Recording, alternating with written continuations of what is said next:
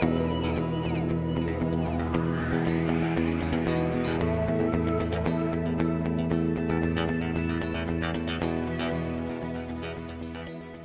thanks for coming on Friday night. This is a great date night talk. So you made a good decision, all you couples. So I'm going to be talking about masculine and feminine.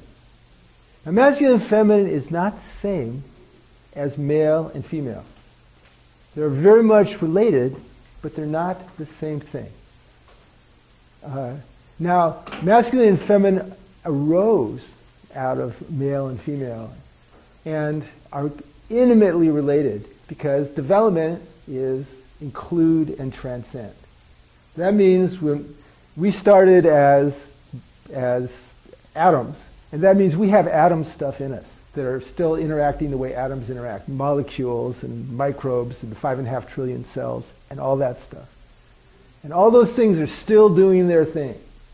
Just like all our programming about our genetic programming is still doing its thing, but as we move up the evolutionary ladder to the penultimate peak of the evolutionary ladder as we know it, which is us, which, doesn't that give you a warm feeling to be at the peak of the evolutionary ladder? Yes. Everything gets more complicated. Everything, and not only that, there was a certain point in human evolution, a couple 100,000 years ago, where we actually started transcending physical reality. We began to relate with each other and other people on an energetic basis.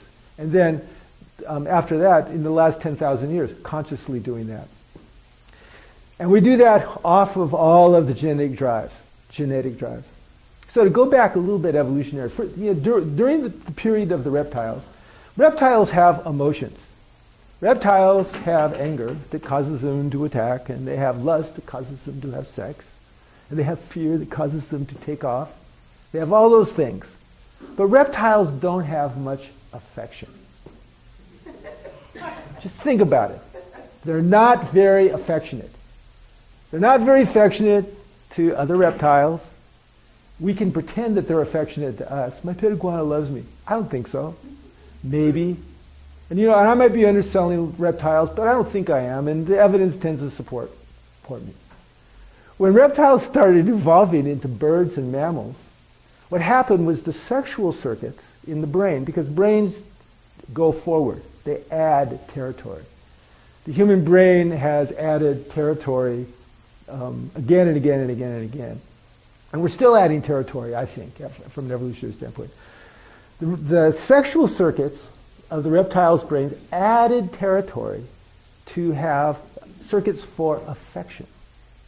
So now we had beings that had the evolutionary impulse, as we all do, and the capacity for affection, for responding. And with the capacity for affection comes the capacity to respond to approval and disapproval. Birds don't have much of that. Mammals have a lot of that. And that's where social learning takes place in mammals, from approval and disapproval, through shame dynamics. And I'm going to talk an awful lot about shame dynamics in, I think it's lecture 7 or 8, I'm not quite sure. So that capacity for affection, but it grew out of those circuits for sexuality. And to this day, the circuits that involve a mother attaching to an infant and the feelings that that mother have are the same circuits that are activated in romantic infatuation. The same biochemistry. So, masculine and feminine influences everything. It permeates our existence. And that's a big deal.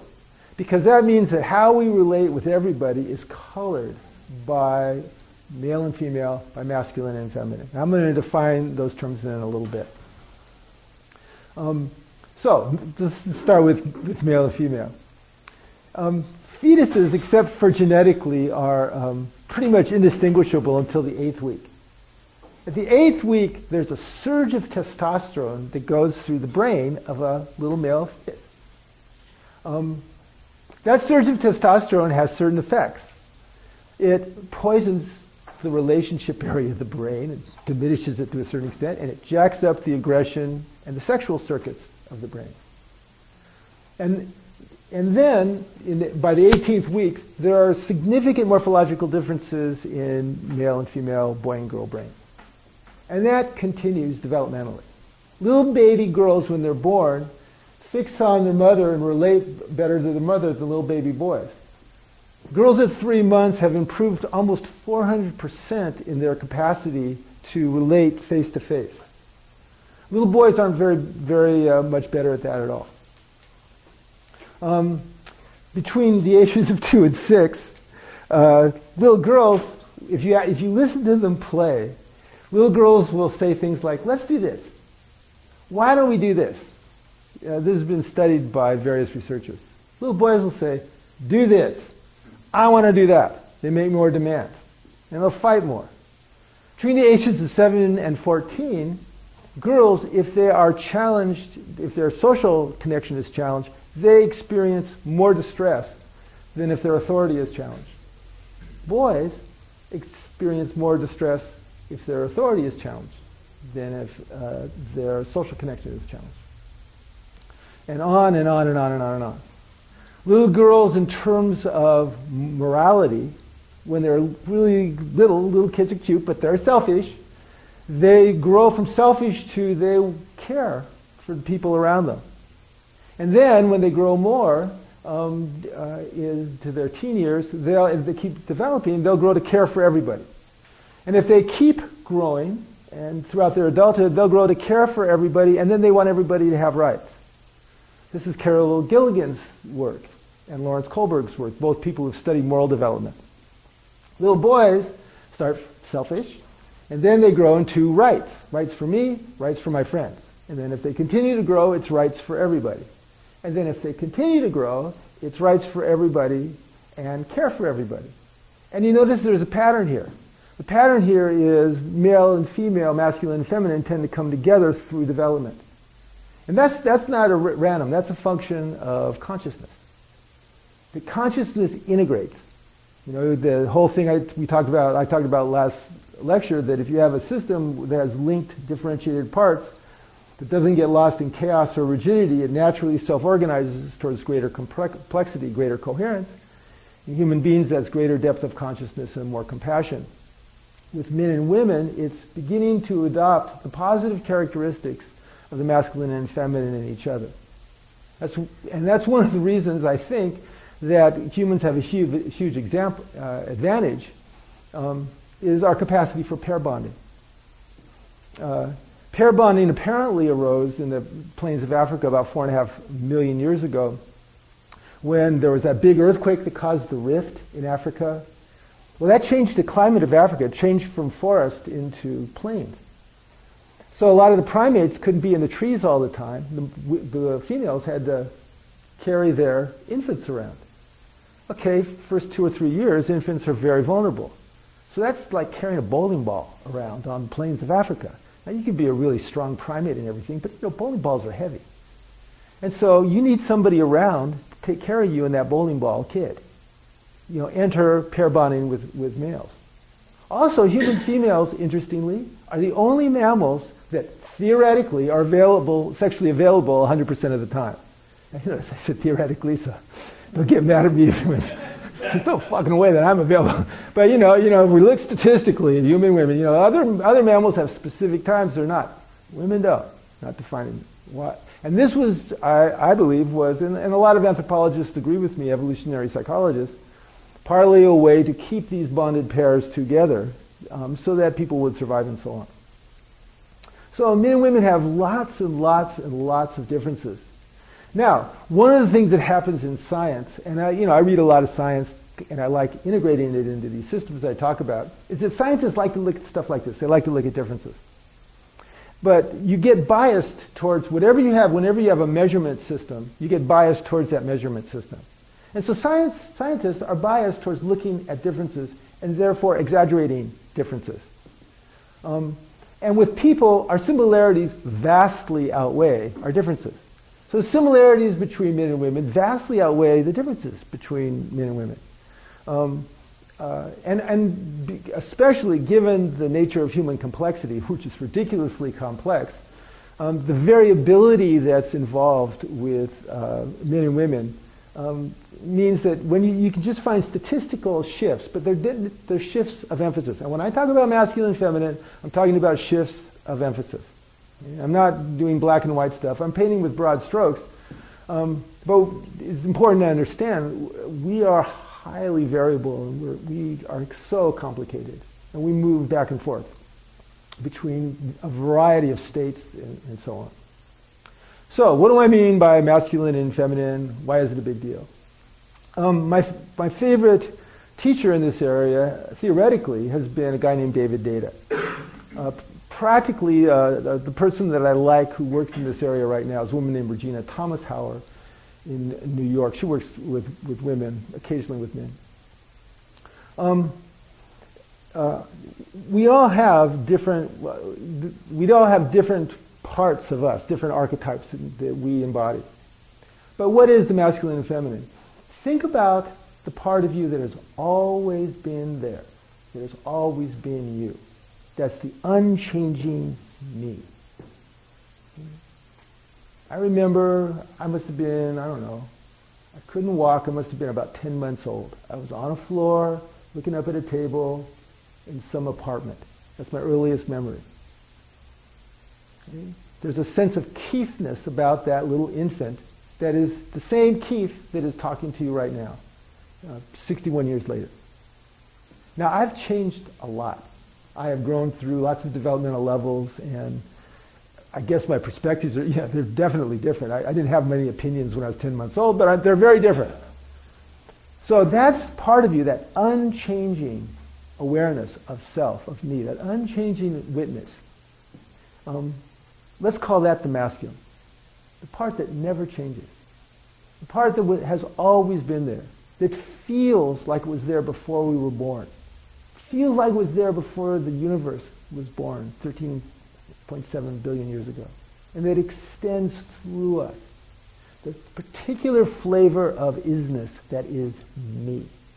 That's the masculine. Everything else is the feminine.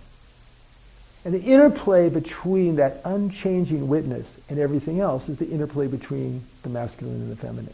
And we all, of course, have both of them in us. Most of us, in the sexual occasion, and by the sexual occasion I mean when we are engaged with other human beings in various ways. That's a broad definition of the sexual occasion, but we are very, very aware of other human beings as males and females, men and women, masculine and feminine. In the sexual occasion, we are, most of us, more masculine or more feminine. For instance, just glance around this group, just catch the eyes of 4 or 5 people, just for about 2 seconds. Just look, catch somebody's eye for 2 seconds, catch somebody else's eye for 2 seconds, somebody else's eye for 2 seconds. Now you notice it's really different looking at men and women. Isn't it? It's different. It feels different. That little look, that is a polarity of energy between 2 poles, and there's a masculine polarity that feels one way, and a masculine-feminine polarity that feels another way, and we all know how it feels. Not only that, it happens all the time as we go about the world, as we walk through the world. Now, I'm going to have you do it one more time. So look around and catch 4 or 5 people's eyes for about 2 seconds. Men and women. Just look at them. Okay? 2 seconds, 2 seconds, 2 seconds.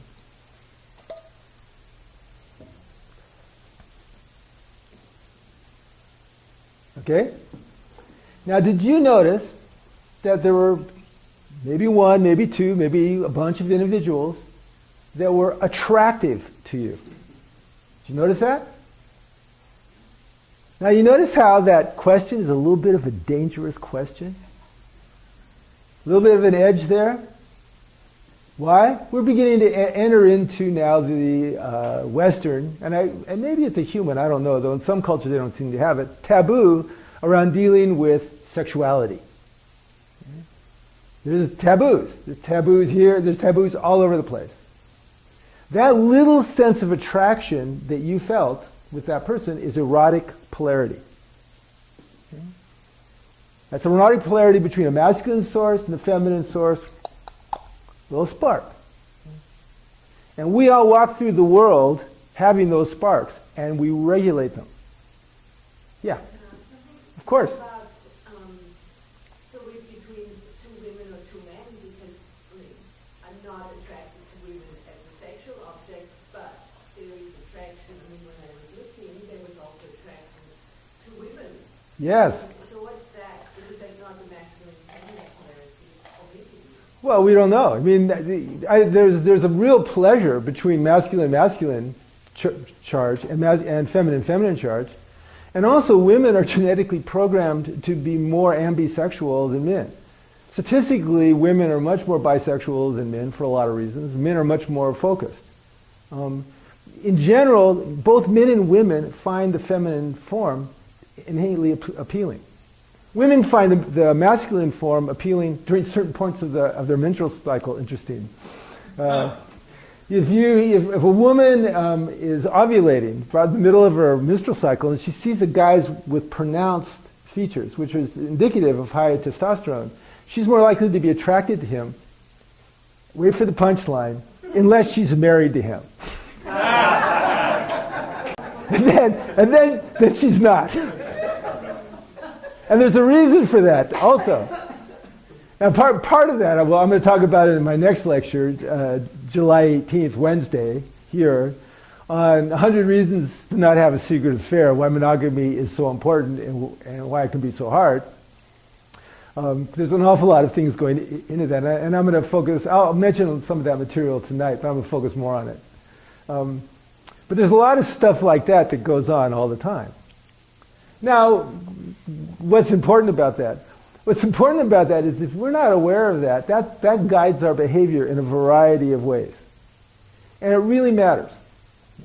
How does it matter? It does not take, we are so delicately programmed, welcome. We are so delicately programmed biologically and interpersonally that just a little bit of difference in, little bit of misattunement socially causes us to distrust another person and to not relate very successfully to that other person.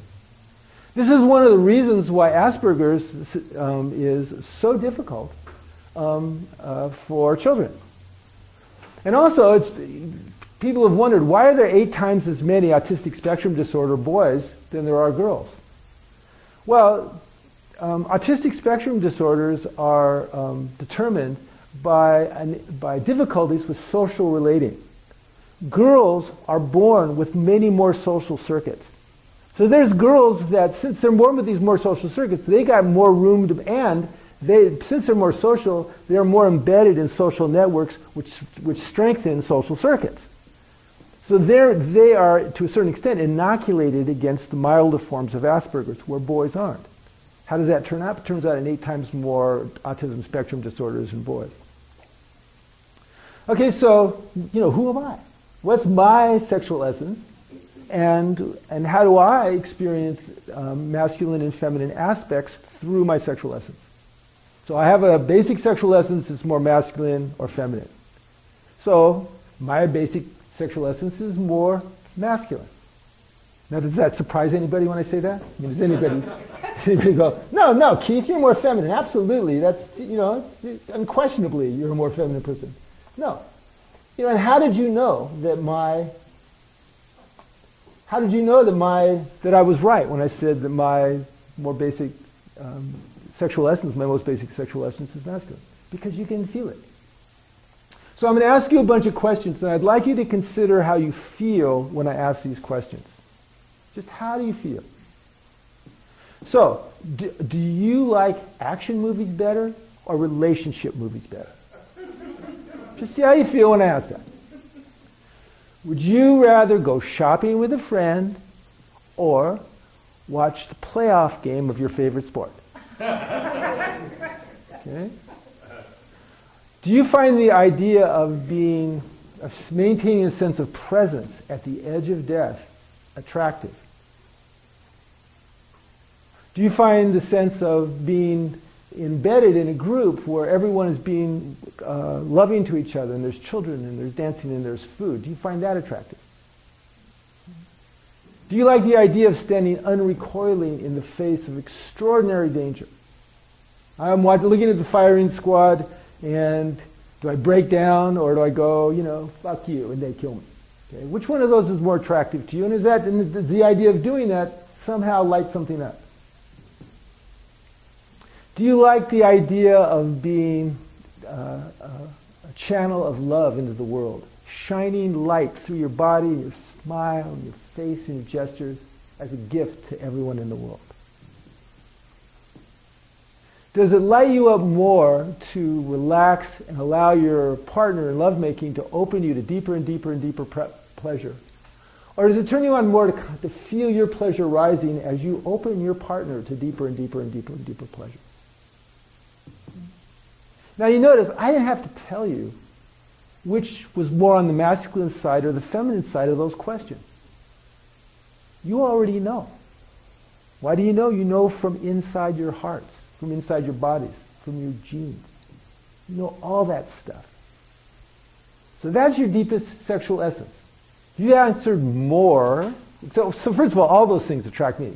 So I just want to let you know. All those things are great. I love all that stuff. But I'm more on the masculine side. Some of them 60-40, 55-45. Some of them 90-10. But I'm on the masculine side of those. So I know my deepest essence is the masculine essence. But I have feminine aspects and I have masculine aspects. And those get played out through my essence. And there has to be a sense of harmony or people will feel weird about it. So if you're walking down the street, if you're a masculine person walking down the street and you light up your feminine, you start lighting it up, lighting the flowers. Oh, that's so lighting it up. That's weird. People go, that guy's weird. You can't do that. It doesn't feel congruent. Just a little bit of that. It's weird. Okay? And if you're a feminine person, you're walking down the street, and somebody acts weird, like that, a little bit weird. Not as weird with the feminine, but still a little bit. There needs to be a sense of congruence. Now that doesn't mean that, guys can't really dance and sing and party and stuff, and women can't be warrior princesses and all that other stuff. But we're very, very, very sensitive to the congruence of all that stuff. And we're really, really sensitive to social approval and disapproval. Of ourselves to ourselves and us with other people. Now, one of the reasons that is that 14 months, little kids discover whether they're a boy or a girl. Now that's a big discovery. It's a big deal. I'm a boy or I'm a girl.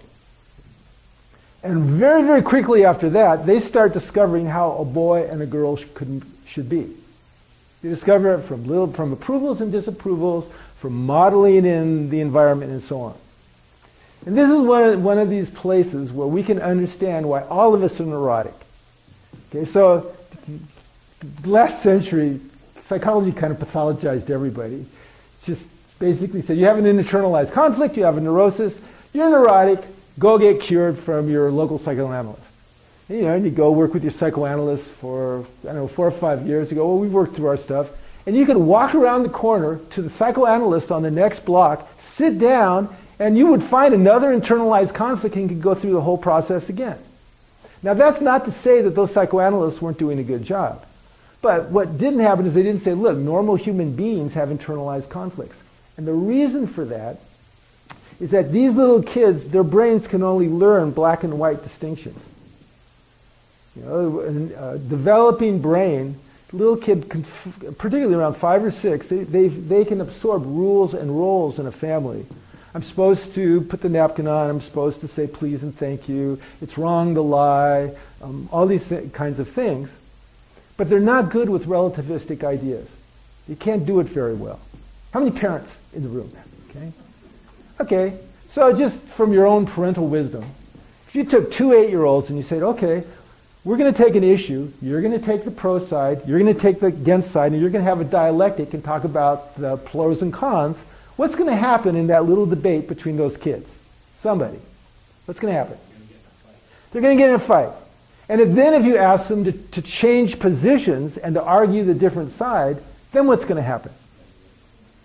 They're going to get confused. Their brains can't do that. That's why we don't have debates in 4th grade. Believe me, they tried it. No, one great thing about this current age, I'm 62, great thing is I've seen people try all kinds of stupid things all over the years. Summerhill, anybody ever read that book? That was a great idea. We'll let kids do whatever they want. They want to take an axe to the piano. Sure, that's just their expression, taking an axe to the piano. That's an actual example from Summerhill. Okay? That's the bad way to raise children. And what they didn't do is what all the scientists didn't do in the 20th century. They'd never asked mothers about things like that. Classic example, breastfeeding. They did all these studies, feed them every 2 hours. Do they have a regular thing? And then they had this thing of on-demand breastfeeding during certain times and then adjusting it to help kids sleep. Wow, a big study came out. It came out, I don't know, late 60s. And none of those guys had ever, in the 50s, had ever asked mothers about their babies. None of them. Well, if they would ask mothers would have told them exactly what their findings were. Why? They have wisdom, but the women still hadn't made it quite out of property in those days. So we find out that we're boys and girls, and we don't have a capacity for relativistic values, but we all have masculine aspects and feminine aspects. We all have a sexual essence that's more a boy or more a girl. And so that's why all kids deeply know that they don't fit in to the structure of appropriate sexual role in their culture. Nobody does. They can't. It's too individualistic. Everybody kind of has their own gender. And so kids all feel a little bit ashamed about who they are.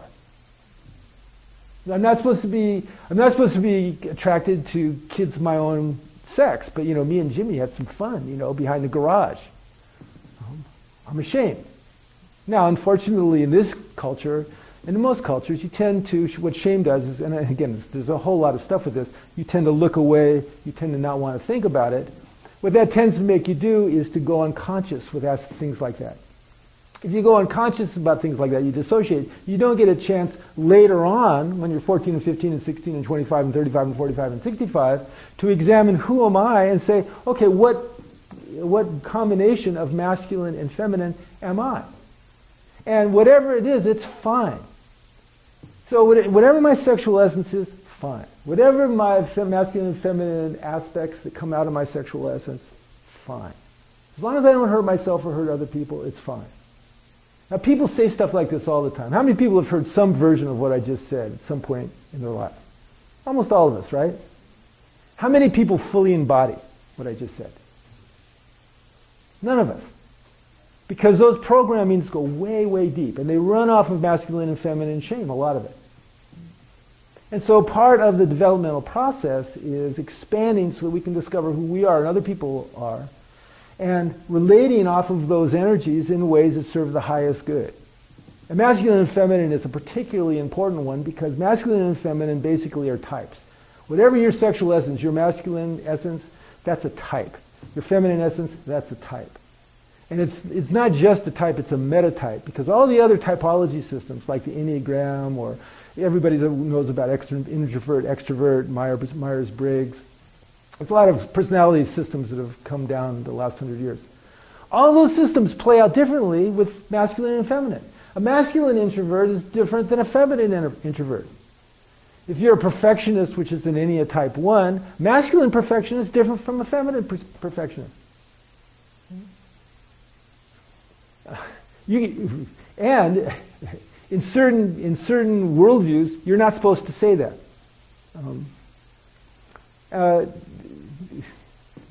Okay, I got it. The reason why I stopped is, now we're going to go into worldviews. So, our worldview is colored by whether we're a masculine or feminine person. All of us have a unique mix. All of us were raised to a certain extent to be ashamed of what our unique mix is. And all of us walk through the world all the time having polarities, energetic polarities, sexual polarities with some people that we're either aware of or we're not aware of. Now, there's certain aspects of being a masculine person that is very pleasurable to a feminine person. For instance, if a masculine person is trustable and present, fully present, testosterone tends to bring you into the present moment. You inject testosterone into a woman, she will get more of a focus, and she will get more involved in the present moment. Now that doesn't mean that that explains masculine presence, but it shows how all these things fit together. So to a feminine person, a guy who's trustable, fully present, unrecoiling in the present moment tends to be attractive. If you're in a dangerous situation and there's some guy going, oh my God, oh my God, oh my God, that's not attractive. If you're in a dangerous situation, there's a guy going, we can take care of this. And we can manage this. That's attractive. Trustable masculine presence. That's expressed through the body. If I had a little tick like this, now I could be talking to, a guy about something, say astrophysics. Black holes. What do you think? Very cool, right? Yeah. It's universe, black holes. Okay, guys can let go of something like that. A feminine person would just hate that. Stop waving your fucking arm, Keith. I mean, geez. Why? It makes me a less trustable person. Okay? It needs to be congruent. That's masculine presence. Masculine presence is unrecoiling. Masculine presence has complete acceptance of what's going on. Who's the exemplar of this to me is a guy named Miyamoto Musashi who wrote a book called The Book of Five Rings in 1645. I was a martial artist for 35 years. Miyamoto Musashi, when I discovered the Book of Five Rings, was my hero. I know Derek knows about Miyamoto Musashi, a fellow martial artist in the room. Just got his third Dan black belt. Yes, very good. Miyamoto Musashi said, the first thing in the way of a warrior is a resolute acceptance of death. He said a warrior should not think dishonestly. A warrior should know the ways of all professions. When you take a long sword in your hand, you think always of the cutting. In other words, do what you're doing. Miyamoto Musashi is, as far as martial arts, he was pure masculine presence, pure mission. Masculine people who mission are more attractive to a feminine person. So if you're talking to a feminine person, they go, whoa, what do you do? I don't know. I just wander around, go to the beach a lot. I paint a little bit, but I'm not that into it. Not attractive. Meet a feminine person, what are you into? I have a mission. I have a lecture series. I'm going to give 24 lectures, one a month for the next 24 months. Together they are cosmology about how people love and relate to each other. That's effective. That's attractive.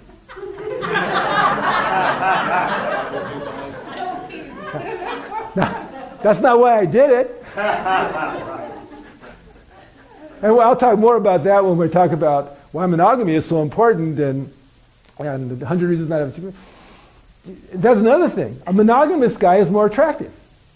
I'm a more attractive guy because I'm monogamous. And in fact, women flirt with me more than they flirt with other guys, in social situations, because they know I'm a monogamous person. And also they know that as a masculine person, I take responsibility for our erotic polarities. That it doesn't matter to me how radiant a woman is. It's my job to have an erotic polarity with her that serves the highest good. Period. No exceptions. No excuses. Feminine people like stuff like that. Right, feminine people? Yeah, we like that. Feminine people are, if you allow yourself to be a clear channel of emotion, I'm happy, I'm sad. It's beautiful. I like those flowers.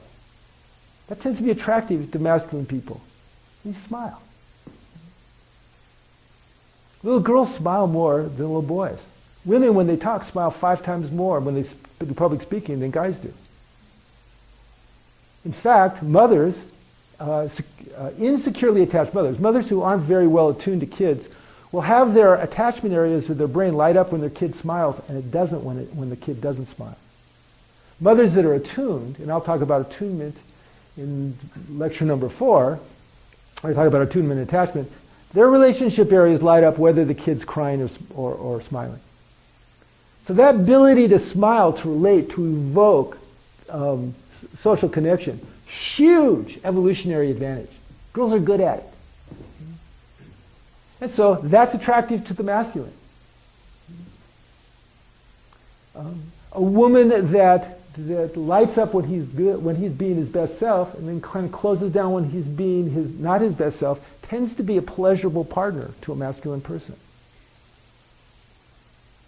Feminine people that express through their body their joy in existence tend to be attractive to masculine people. Right, guys? Yes? Yeah. Right. All this stuff is evolutionarily driven, and since we have self-aware consciousness, there's areas and nuances to this that are way beyond anything that anybody ever imagined. I personally believe that there are fields of knowledge and understanding that we all participate in and contribute to. And there's some evidence for this. So the psi research, as you might imagine, is controversial. But if you look at it as a body, as I have, it's very, very, very clear that people connect and relate with each other over distances, and that groups of people are connected in various kinds of ways. So we walk through the world as a feminine or a masculine person. Feminine person, for instance, wakes up, and more feminine person, what am I going to wear today? How do I feel? Yeah, green? No, not today. I think I'll wear red today. Masculine person wakes up and goes, it's Tuesday, I'll wear my Tuesday outfit. Becky and I do this all the time. We laugh at each other doing it. She's out looking in her closet, I'm putting on it's Friday, I'm putting on my Friday outfit. Okay? Why? I don't like making decisions, frankly, and I don't care much. You know, I'm more masculine that way. Now, one thing about this erotic polarity, and I'm going to talk a lot about it in the months to come, but here, we have responsibilities to adjust these erotic polarities to serve the highest good. You know, why do we have these responsibilities? Well, because we're all part of a social being that we all share, and we're all driven by the evolutionary impulse to self-transcend. And in general, if a masculine person is in a room maintaining appropriate sexual boundaries, the feminine people in the room tend to relax. You think about it as a feminine person. The more a guy takes responsibility to adjust the polarity, the more you can light up. Because when feminine people light up, guys tend to take it as a sexual overture. People, men and women, were shown a couple talking to each other. That's just all they were doing, talking to each other. All the guys said, they're flirting. You know, there's a sexual agenda. All the women, I mean, this is one of those studies where it was everybody. All the women said, they're just having a conversation. If a guy has that sense of, I maintain the appropriate polarity, women tend to relax, and he tends to relax. Now, that goes against certain kinds of evolutionary drives, and again, we'll talk more about that later, but that's part of masculine presence. If you think of the sexual occasion as a dance, the masculine tends to be the leader of that dance. The feminine tends to be the follower. You cannot have two leaders in a dance or two followers in a dance. They fall all over each other. I know, I've tried both those things. That's why when I dance, I learned how to be a tap dancer. I don't have to have a partner when I'm a tap dancer. I have to worry about making her look beautiful. You know, I'm working on getting my time step right. That's a masculine being a trustable presence. Trustable presence. Sourced in deep consciousness. A part of us that never changes. Driven by whatever his mission is. That's masculine practice. And a guy without a mission suffers. And what do you do about that? Well, when a guy comes in, many men have, I don't have a mission, and it hurts, I've just been trying to avoid the fact that it hurts. I go, don't avoid that suffering. Feel it. Feel that suffering every day. Because that suffering will lead you to purpose. Because there'll be something that will come up or that you'll do that will relieve that suffering. You feel a burst of, yes. Follow that. Do more of that. Buy 6-pack of that. Take it home. Feminine person the same way. I'm suffering because I don't have purpose. Because, masculine and feminine aspects. Feminine needs purpose. Or I'm suffering because love is not happening the way that I want it to happen. Data once said that the feminine life is love's happening, love's not happening, love's happening, love's not happening, love's happening, love's not, death. Masculine life is success, failure, success, failure, success, failure, death. Now, of course, we both do love's happening, success, failure, but there's more of an emphasis over on the masculine. Success, failure, more of an emphasis over the feminine, both in us and around us. In our relationships, we need to learn how to balance these things. And what do I mean by balance these things? If you're in an argument with a masculine person and you start arguing, there'll be a part of them will take that as a masculine challenge, and if they're not aware of themselves, they'll come back and attack. And so often, if you're dealing with a masculine person, you're a feminine person, he's arguing, it's better to go, ouch. And I'll teach couples this.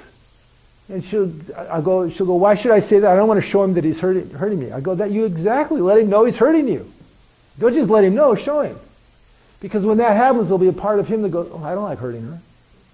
Part of this is driven by mirror neurons that we have in our brain. And he's more likely to shift from right-wrong into relatedness, which is actually what's needed in those situations. And I believe in an argument, everybody, both persons should take 100% responsibility, but also I think it's good to be true to who you are.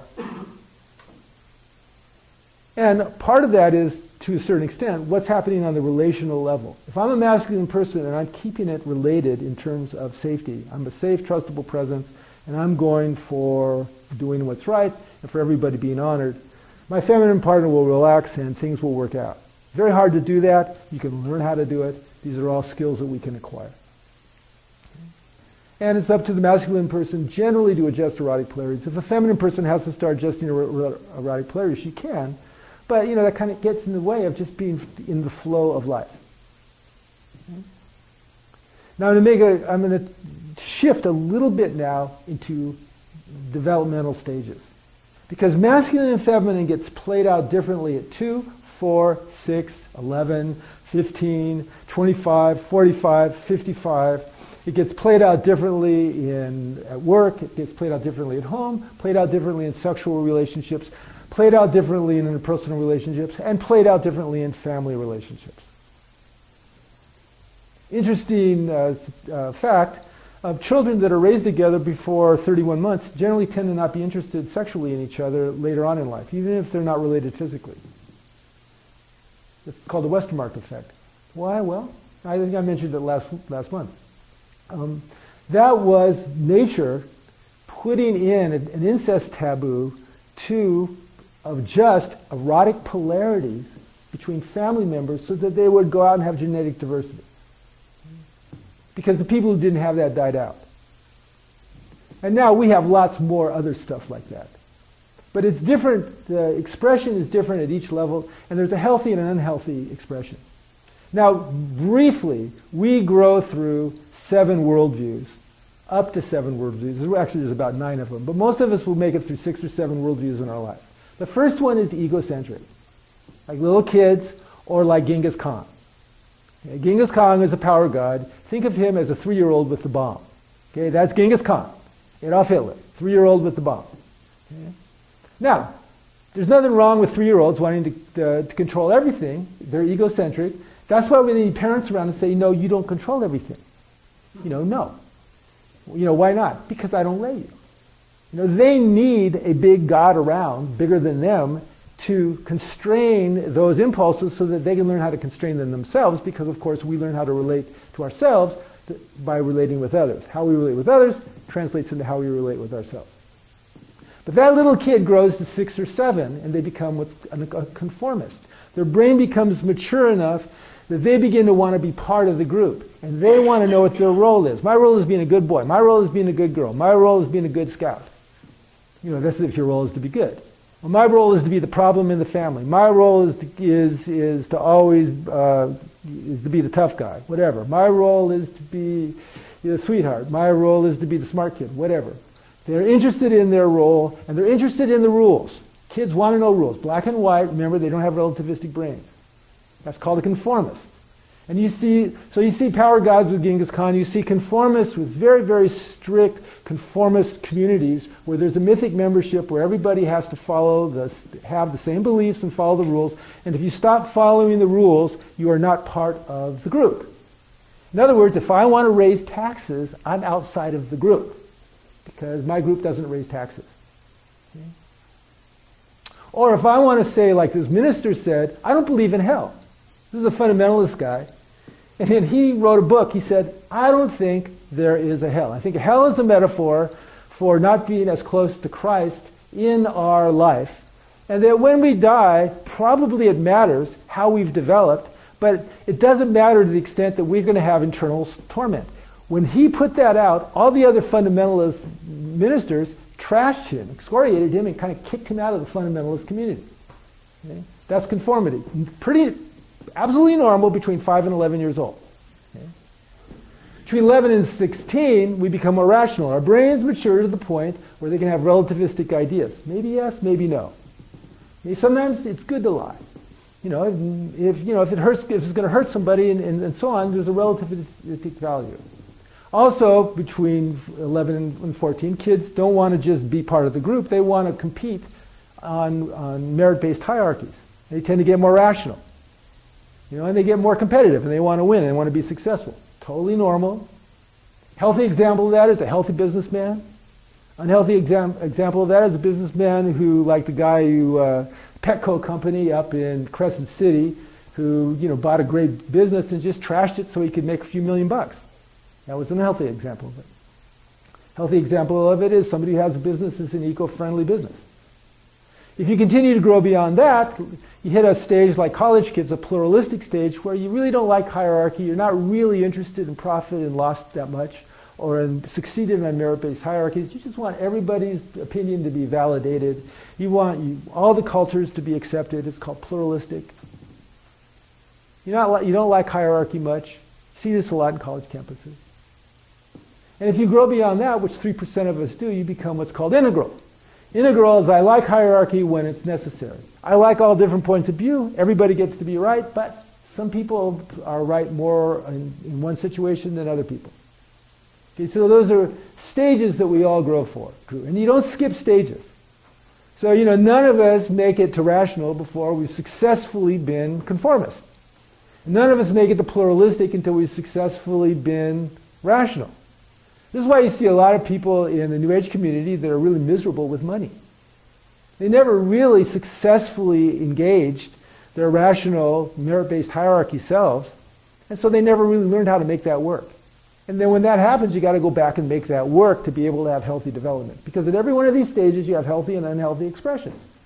Unhealthy expression of egocentric is Genghis Khan. Well, not Genghis Khan, because Genghis Khan actually did a good thing. He created the biggest empire on earth, and he imposed peace because anybody who didn't follow the rules got killed.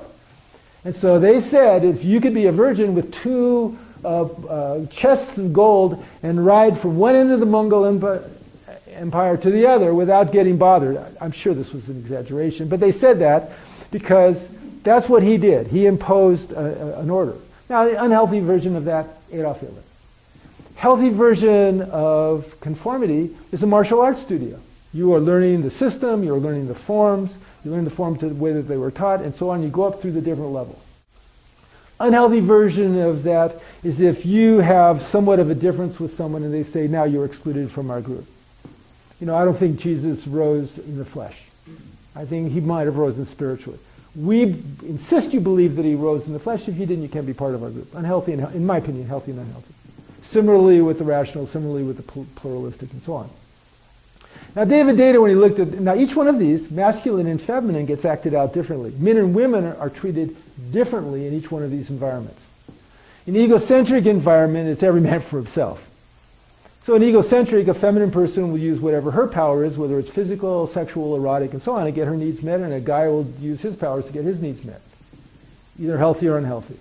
In a conformist environment, you want to be true to your sexual essence in a way that involves acceptance. And the Puritans used to punish women for talking too much. I find this very interesting because, women talk more than guys and faster than guys. Typical woman talks about 225 words a minute, and a guy talks about 125 words a minute. I guess I'm really feminine when it comes to talking. Typical woman talks about, 20,000 words a day. Typical guy about 7,000 words a day. Interesting, the same truth for macaque monkeys.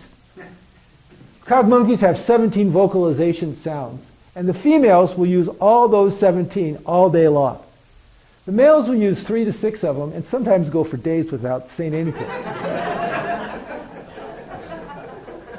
I'm married to a macaque monkey. I've never heard that in my therapy session, but I'm sure I will someday because I've heard everything else. Same way on merit-based hierarchies. On a merit-based hierarchy, you want to be beautiful. You want to be radiant.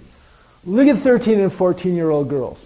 They're not much interested in sex, but they are very interested in being perceived as hot. I remember Zoe, our daughter, putting on this outfit. I guess it was an outfit.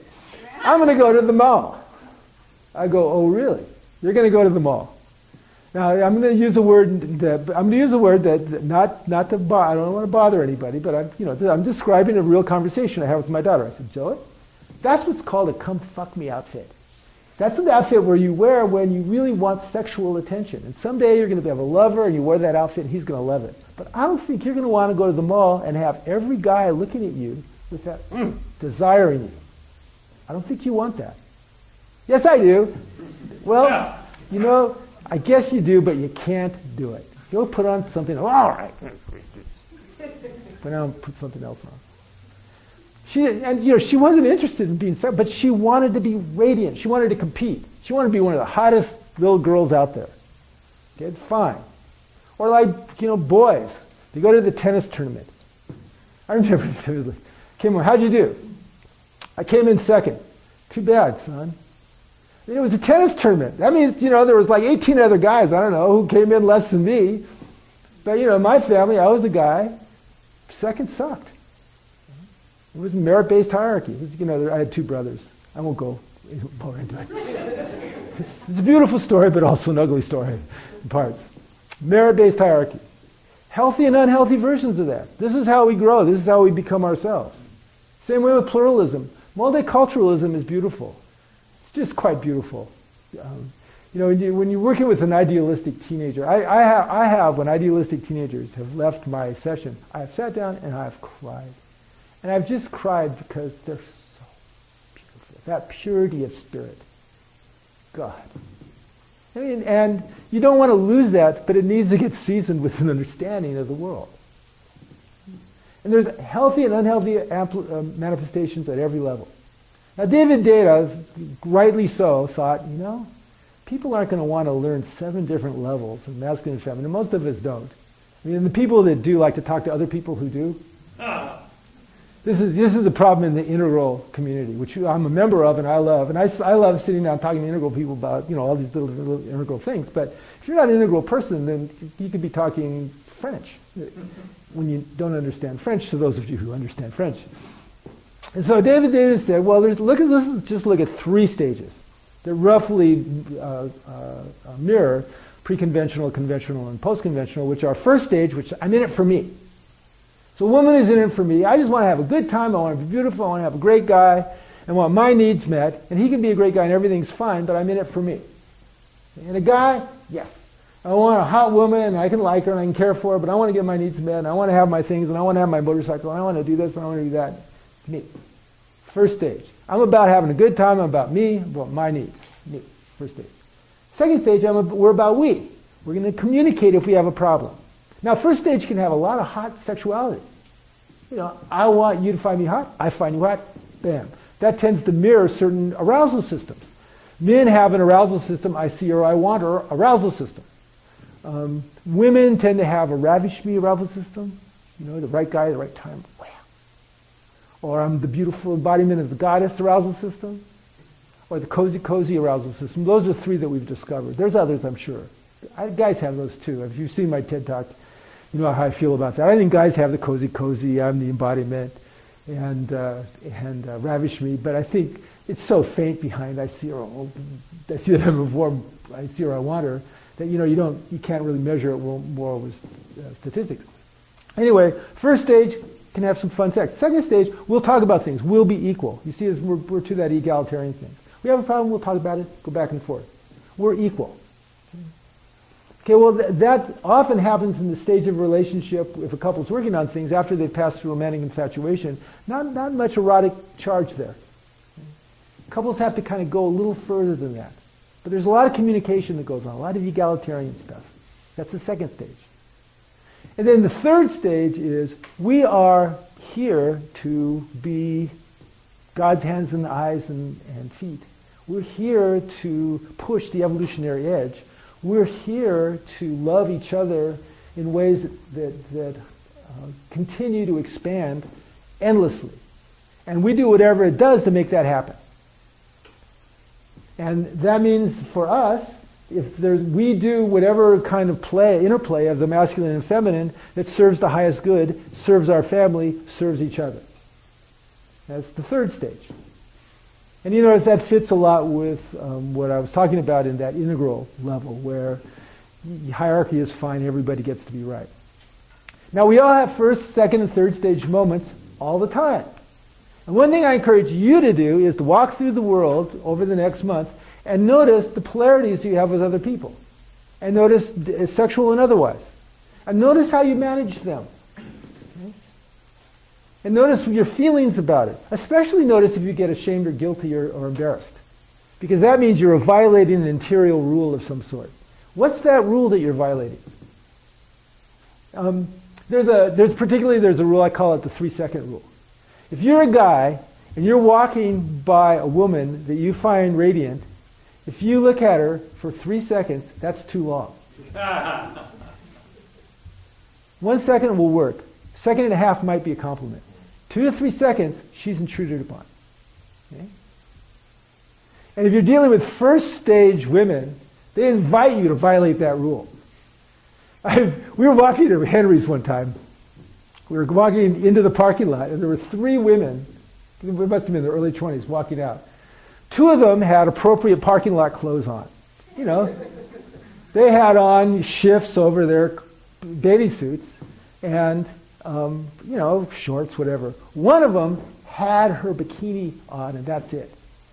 And she was gorgeous. She was daring me to violate the 3-second rule because she was daring every man in the world. She was walking, And I collapsed, and this is what happens with men. I testify that I collapsed. I broke the 3-second rule. I broke the 5-second rule with her. And I apologized to Becky. I'm sorry, I've just broke the rule. She knew exactly what I was talking about. And no excuses. It's not like, I get it, she was so radiant, you broke the rule. It's like, you broke the rule. And that's guys. Guy, you keep going and you collapse, you screw up, and then you correct and move on. Now that's attractive to women. No excuses is attractive to women. I made a mistake, I'll correct it, I'll get better at that in the future. Women, that feels good, doesn't it? Okay? What do women not like? Oh, just get used to it. Don't never say that. Women don't like, what do you expect? She was just wearing a bikini in the parking lot. What do you expect? Of course I was doing it. Is that attractive? No. Now I'm talking a lot to men here, but it's also true for feminine people. Masculine grows best in the presence of loving challenge. Feminine grows best in the presence of loving praise. But we all have a masculine and a feminine. Okay? And we really influence each other. A lot. So a feminine partner, I teach couples this. When your husband or wife walks into the room, stop everything for a second, look at them, and light up. Glad to see you. Couples that do that, it blows their mind what a difference it makes. Because at that moment, bam, there's a little exchange. And I'm letting him know, you deserve my light. My light is my gift to the world, and especially to you, my chosen one. And I understand that to you, my light is nourishment. It's like the sun on a flower. And it's my responsibility to be the sun for you. Your responsibility to do all of this stuff that you're doing, my responsibility to be your sun. And that's an important responsibility. If you forget that responsibility, you get too tired about the responsibility, you don't like your body, if you do that, your guy suffers. And then when he suffers, he starts collapsing. And then, we have problems that create business for marriage counselors. People say, how you doing, Keith? I go, neurosis is a growth industry. That's one of the reasons I'm giving these lectures. I want people to be healthier. And by the way, healthier people are a lot more fun to work with. Because they're self-regulating. And they got to the point, I want to grow. And I want to help my partner grow. First, second, and third stage. Healthy and unhealthy expressions. My responsibility as a feminine person to be loved through the body. My responsibility to shine. My responsibility to be a clear channel of emotion. My responsibility to tell my partner, yeah, that's great, no, that's not great. Masculine person, my responsibility to be present. My responsibility to be unrecoiling. My responsibility to be trustful. My responsibility to find my purpose and be true to my purpose. That's my responsibility, no excuses. Masculine and feminine. So, questions. I wanted to leave time for questions this time, because I didn't last time. Yeah? I'm fascinated by everything you're saying, and I get it. And I keep thinking about putting the concept of marriage next to this constantly evolving human being, masculine, feminine.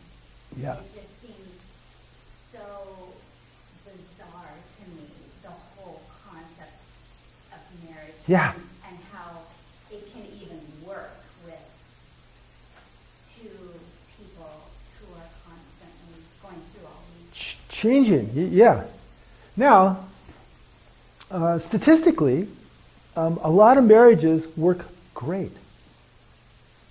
I'd say about 35% of marriages that will last a fair amount, long term, sometimes forever, and people will describe themselves as having high satisfaction and high intimacy. And the reason for this is that everything that we do is part of this larger evolutionary force that comes through us, including our relationships, including our sexuality. And there is nothing that supports a human being's development more than a committed relationship where people are supporting each other's growth. The National Opinion Research Corporation in Chicago puts out these questionnaires to thousands of people every few years, asking them, what do you associate with happiness? What's the number one thing always? Good marriage. There's 4 others. I'm not going to go into the list, but that's always number one. And if you ask happy couples, so, how are you doing? I like my life. What's the best part of your life? My wife? My husband? What's the best blessing you've ever had in your life? My children? My wife? My children? My husband? People are not just bullshitting when they say that. That's not a stock answer. That's the first answer that comes. Now, as we've developed, as we get deeper and deeper, those relationships require deeper transparency and deeper authenticity. Now, that's very demanding. It demands, monogamy is just where you start on that. It demands keeping all the channels of a relationship conscious and happening. And if one of them isn't, making it a big deal. Our sexual channel isn't happening. That's a big deal. Let's have it be opening. And when a couple feels like a channel, our financial channel isn't working, big deal. And when a couple feels that the channel that has been restricting begins to open, they both relax and open. They feel love expanding. Marriage is the only institution that creates that, and that's why every single culture has marriage. It's a genetically driven institution. Even cultures where they have, it's okay to have multiple husbands or multiple wives, don't do that much. Mostly they have monogamy. Any other questions? I'll talk a lot more about this with 100 reasons to not have a secret affair. Why monogamy is so important and can be so hard in my next lecture on July 18th, 7 o'clock here, be here or be square. No, that doesn't work. Be there or be square. Okay, any other questions? Somebody else. Really? You see, I don't have a question, but comment, yeah. Firing squad at midnight. I'm pretty excited about it. Yes. No, that's good. It really is. It's one thing that now people will send their kids to me often, or their husbands, for initiation. They'll go, look, I want my husband to have presence. And the guy was never initiated. And so, okay, I'll do that. Interestingly, hunter-gatherer cultures, the relationship forms of hunter-gatherer cultures actually are more similar to the relationship forms that are arising in our present age than the relationship forms that have happened in between. Hunter-gatherer cultures have equal power generally with men and women. Hunter-gatherer cultures have about the same rate of divorce that modern America has. Interesting fact, isn't it? People will stay together, and if somebody isn't happy, and it doesn't get better, they'll do something else. Hunter-gatherer cultures, kids start being sexual with each other around 6. They start playing, house. They start experimenting with intercourse around 11. The problem with modern culture is those kids can't get pregnant. Why? They're all skinny. They're running around all the time. They're malnourished, a lot of them. Hunter-gatherer groups, girls don't have regular periods till they're around 20. In our culture, it could be 9, 10, 11 years old. But the forms are very, very similar. Now, the difference between hunter-gatherer cultures and our cultures is hunter-gatherer cultures intellectually, cognitively stop around concrete operational. Some of them don't even make it there. Aristotelian reasoning, if this, then that kind of reasoning, is as far as they go, as far as anybody goes. We have the capacity to go 3 or 4 levels beyond that, in what's called formal operational reasoning, where we can have relativistic values, post-formal operational reasoning, where we can deliberately integrate intuition and logic, post-formal operational reasoning, where we can integrate spirit and fields around us, intersubjective fields, reliably. That's what's happening right now with us. The way I'm talking and relating with you doesn't happen if you're not here. Why? We're creating a field, and I'm a lens. And stuff comes through me to you. I know it doesn't feel that way, but it's created a lot by you and by other things that have happened. And I can reliably access that by having a lecture and talking to a bunch of great people. It's one of the reasons I do it. It's very pleasurable to do this. Because, Keith kind of disappears and that stuff comes through. And I have to watch these things afterwards to find out what happened, because I really can't listen. I'm too busy keeping the channel open. That we're all creating together. And it's a different channel when it's a masculine person, and it's a different channel when it's a feminine person, and it's a different channel when it's a masculine person accessing and projecting their feminine, or when they're accessing and projecting their masculine. As a therapist, this is fascinating, because if I have a feminine client who has a wounded masculine, I need to provide loving challenge to her masculine while I'm providing loving praise to her feminine. Which is, a lot of fun. What can I say? Therapy's great. I mean, it's painful sometimes because, people have, violence in them, and you have to handle that and manage that and feel it inside empathically, but that kind of stuff's great. Similarly, with a masculine person, if he has a wounded masculine, I need to provide loving challenge to that wounded masculine while providing loving praise to his feminine. And both of those sessions happened last week. And it happened every week. I've done 50,000 therapy sessions, and these kinds of dynamics always happen.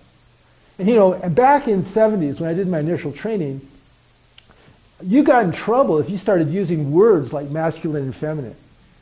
I had a famous neuroscientist once who works with couples say, I treat couples just the same. I don't think there's any difference. I said, really? Now, this is at a conference, right? So we all went down, and we were having this conversation in the bathroom. The next speaker got up and he said, I heard a conversation in the bathroom during the break. His guy's name was Ed Tronick. And he said, we do this thing called the still face with babies, where the mother has a still face for about 20 seconds and then doesn't. They're looking at memory and trauma and stuff. Psychologists do horrible things to people. Not me. I don't do research, but they do. And he said the boys protest. He said the girls protest, and then they just dissociate. They look away. Why? They're different. Masculine and feminine is different. Boys or girls are different. And we're all different. God, if I had a nickel for every time somebody said, God, I'm really ashamed of this part of myself, go. There's a part of me now that goes, okay, what is it? It's like, what is it this time? Is it the bondage? Is it that one? Is it the anal sex one? Is it, the porn one? Is it what is it? Are you attracted to the guy next door one? I don't say this. If you start doing that, people go crazy. But, and they'll say something like that. And I'm embarrassed. I'm ashamed. One good example of this is women are taught, girls are taught by loving parents, don't have sex unless you feel like it. In other words, desire leads to arousal. If you have desire, have sex. If you don't have desire, don't have sex if it's the right guy. If he's a good guy, a loving guy, bisexual, use protection, that kind of stuff. This is postmodern mothers with girls. What they don't teach those girls is that when women go through romantic infatuation, then they're intoxicated with a guy because their caudate nucleus is lit up and their ventral tegmental area is shooting dopamine into their brain, and all their addiction circuits are connected to the guy as his are to her. Sex is great. But that's a temporary state. And of course it has to be. We can't be in love with each other for like 30 or 40 years. Nothing would get done. Who's going to take care of the kids? Sexual exhaustion would set in. Geez. I can't go to work. I'm writing a love song to you. You've written me 700 love songs. Go to work. Anyway. So when you pass through romantic infatuation, then in intimate bonding, the feminine sexuality is very contextual. Feminine people often aren't aware that sex would be a good idea or they'd like it. In fact, in those relationships, often arousal leads to desire. And so how is she going to make that transition into having a joyful eroticism with her husband if she doesn't know that? And if she doesn't know that there's a certain level of engagement in this relationship that serves the highest good. There's a certain level of engagement with my husband that nourishes him to the point that he's glad to be alive. And there's a certain amount of engagement that nourishes our family so that I'm lit up the way that I need to be lit up. And how about her husband? If guys aren't taught that, she's not, she's not attracted, what's wrong with me? I'm a failure. Success, failure. And as John Gottman has demonstrated in his research, people make bids for attention. Often because we're so plugged into approval and disapproval, and that goes double for sex, all it takes is a bid for attention and somebody shutting down or turning away, and you stop making bids. So people will stop making overtures to each other, or they'll stop trying to love each other or touch each other because, I tried it 4 or 5 times last month, she stopped, I decided I wasn't going to do it anymore. God, I've heard that so many times. And I go, look, that's a bad idea. Don't do that. They have this thing about how therapists aren't supposed to be judgmental or directive. That is such bullshit. Don't give advice. What? Someone's not going to come to me, pay hundreds of dollars, and then, I'm a therapist, I don't give advice. Come on. I have trained therapists all my life. I've designed training programs. They're still being used some places. And I tell, here's the secret knowledge about therapists. Therapists give advice all the time. Of course we do. Therapists have opinions all the time. Therapists are judging all the time. We're all judging all the time. You're judging me right now. I'm judging you right now. That's what human beings do. They judge. And hey, we're not just judging each other on one dimension either. I'm judging you guys on whether you're attractive or not attractive. I'm judging you guys about whether you're moral or not moral. I'm judging you guys about whether you seem to fit my standard of what great people are or not. I can't help it. My nervous system does that. Those are actually the 4 quadrants in integral. The objective, looking at things like objects. The subjective inside myself, what I feel, what I like, what I don't like. And then the intersubjective. Plato called those standards beautiful, good, and true. And they reflect perspectives that nervous systems, neuroscientists have discovered, do all the time. So, non-judgmental, forget about it. We judge each other all the time. But let's be aware of our judgments, and then let's have a standard of compassionate understanding and acceptance of everybody. Because that's a beautiful standard, and that's actually where we grow towards. That's what evolution takes us. You do contemplative practice, you get more accepting. You don't get less accepting. Yes, I've meditated for 30 years, and I've come to the conclusion that people are no damn good. That never happens. Nobody ever says that, because that's not where you go. Okay, so masculine and feminine, essence and aspect. Happens all the time, informs everything. We need to be at home in our essence and our aspect. It needs to be congruent in us. We need to feel it flowing from us in ways that feel right according to whoever we are, whatever our natural or basic sexual essence is. If we don't, we suffer. If we suffer, the people around us suffer, the people that love us suffer, and everybody suffers. And so one part of the liberation of consciousness is we all need, in my opinion, be aware of these things and to keep growing in these areas. And as we do, everybody does better. And that's why masculine and feminine is such a big deal, why it's so important. And so, that's what this lecture is about. And thank you very much for coming, everybody. Namaste.